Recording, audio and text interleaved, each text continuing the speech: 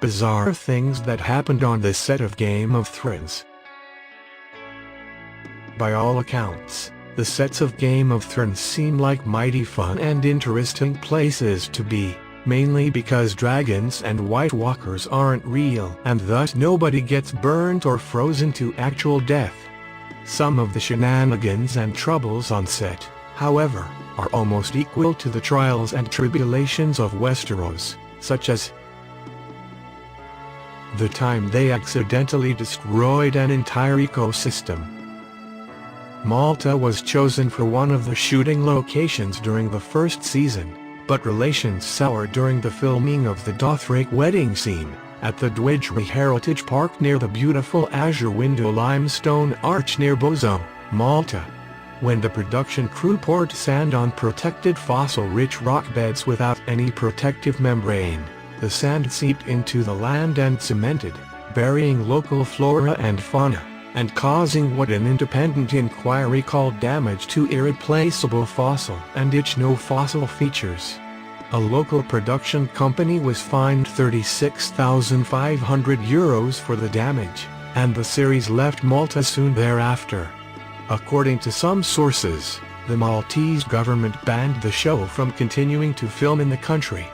However, some Maltese blamed the debacle on the lack of oversight from the Malta Environmental and Planning Authority, and have even called for MPA bureaucrats to be beheaded and have their heads displayed on pikes, to entice HBO to return.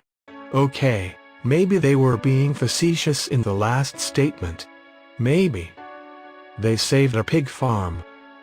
Pig farmer Kenny Grace was on the verge of ruin before God came along. The show often goes to Grace for period-appropriate Iron Age pigs, a cross between domestic pigs and wild boars seen in the series.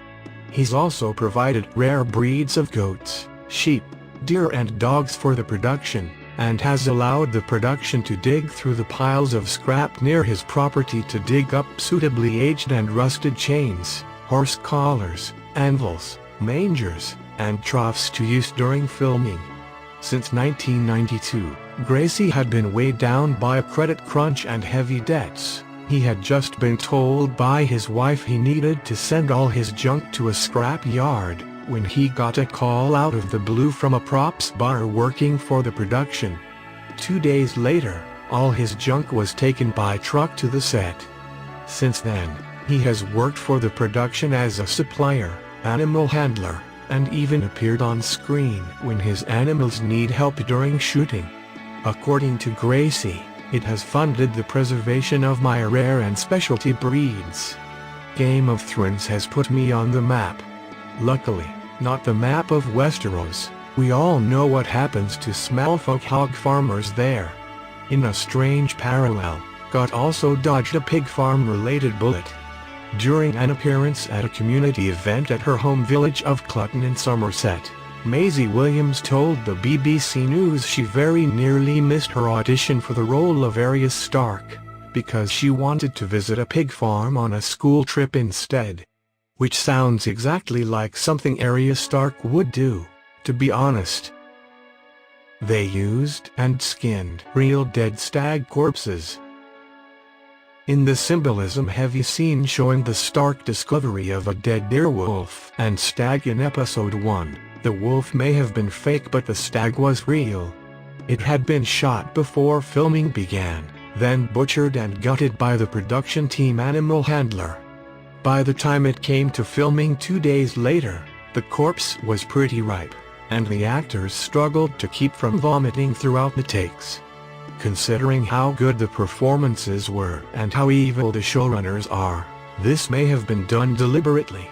Later in the series, Tywin Lannister was introduced in a scene where he was skinning a stag. Again, it was a real stag, and it was really Charles Dance doing the skinning, a task which he was happy to do after reassuring the showrunners he wasn't a vegetarian.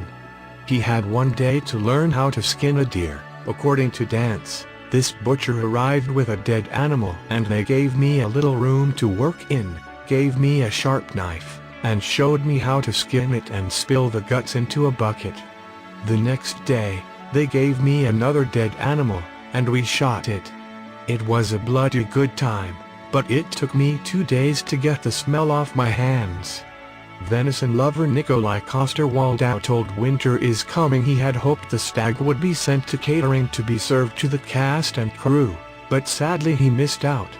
There's a joke in there somewhere about Danish actors and stag parties.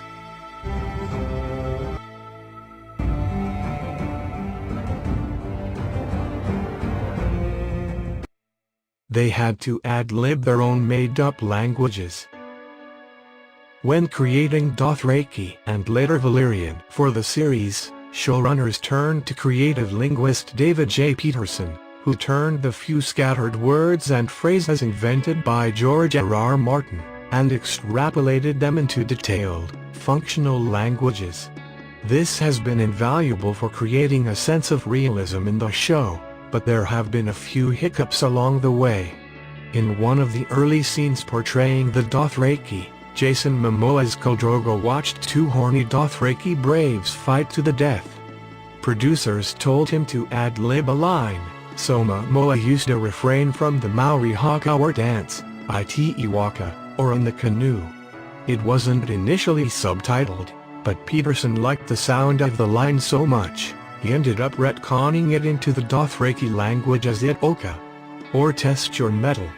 The invention of the word oka in this way would go on to influence how Peterson wrote Dothraki lines throughout the series.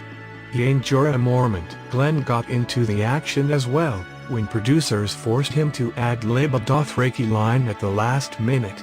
The producers realized they needed Jorah to holler "take all the gold and jewels" in Dothraki, so they sent Peterson an email requesting a translation. Trouble was, Peterson was asleep when he woke up and emailed them the correct translation, Fikazeho Shormadan. The scene was already filmed. The moral of the story: sleep is stupid. Months later, a producer noticed the discrepancy between the line Peterson provided and the actual sound of Glenn's line. Peterson realized he would need to supply a Dothraki transliteration and translation for the nonsense babbling Glenn had improvised. After some effort, Peterson paired Glenn's gibberish with a plausible Dothraki expression, "Maz ovre muvik he mascot," or "the loose valuables are for loading." That doesn't have quite the same ring to it, but, considering what he had to work with, that's pretty impressive.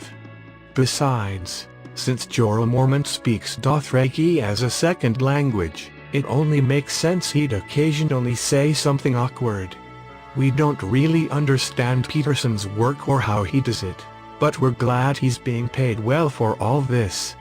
They were forced to use tiny Icelandic horses. Iceland provided some beautiful landscapes for the series, but the country came with its own challenges.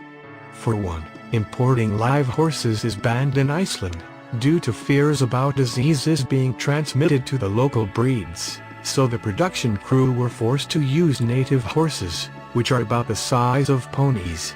Having 6 actor Rory McCann riding such a small mount would have looked ridiculous, which is why the Hound and Arya spent so much time walking to the Vale. Any scenes with horses filmed the beasts in the distance behind McCann and Maisie Williams, exploiting what screenwriter Brian Cogman calls the beauty of perspective. This may have been for the best. According to McCann, he had a rocky relationship with the horse he rode in earlier filming, a male steed named Bjork.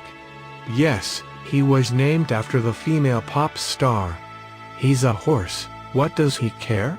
We would arrive on set and that horse would look at me and then his ears would go back and the head would drop, and then, when I'd get on, he'd be shifting from one leg to the other. You could see his face, going, "Oh, for F***s sake. I mean, he hated me." Meanwhile, Williams was probably lucky Icelandic horses are comparatively small, considering she once fell off her horse while riding and got her foot caught in the reins. She describes the situation to the Huffington Post with a charming offhandedness. "Yeah, it was really funny, actually. My leg was, like, caught up by my ear, And I was like, oh, brilliant. A pretty blasé attitude toward being dragged behind a horse, but she's Arya Stark for a reason.